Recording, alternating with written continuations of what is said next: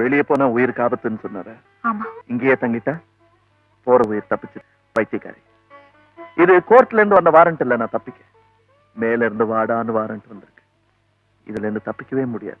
இது சிங்கத்து வாயில தலையை கொடுத்து சர்க்கஸ் காட்டுற மாதிரி. எல்லா மனுஷனும் சாவு கிட்ட தலையை கொடுத்து சர்க்கஸ் காட்டிக்கிட்டே இருக்க. இன்னைக்கு அது வாய மூடுதோ அன்னைக்கு போயிட வேண்டியதுதான்.